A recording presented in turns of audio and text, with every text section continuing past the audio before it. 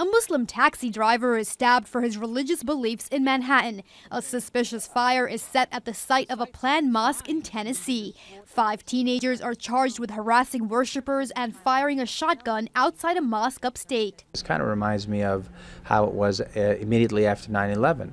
This new anger and hatred and fear has really burst to the scene again. The days following the terrorist attacks on 9/11 was a time when even Sikhs were subject to violence for being mistaken as Muslims. Indeed, it was a nightmare for the Muslim community. Some Muslim leaders proposed that we just close our mosque for a while. Muslims would be walking down the street and people would shout slurs at them. Still, leaders in the community also remember the outpouring of support from neighbors and politicians, which they say was critical in helping to keep tensions from escalating even further. President George W. Bush visited a mosque in D.C. less than a week after the attacks to urge tolerance. These acts of violence against innocents violate the fundamental tenets of the Islamic faith.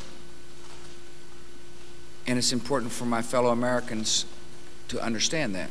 Khalid Latif, a Muslim chaplain at New York University, was an undergrad student at the school in 2001. Immediately after 9/11, churches and synagogues here in the village, a lot of them opened their doors to us as Muslim students. And in an effort to build bridges and promote understanding, Muslim leaders started to engage their fellow Americans more than ever about their faith.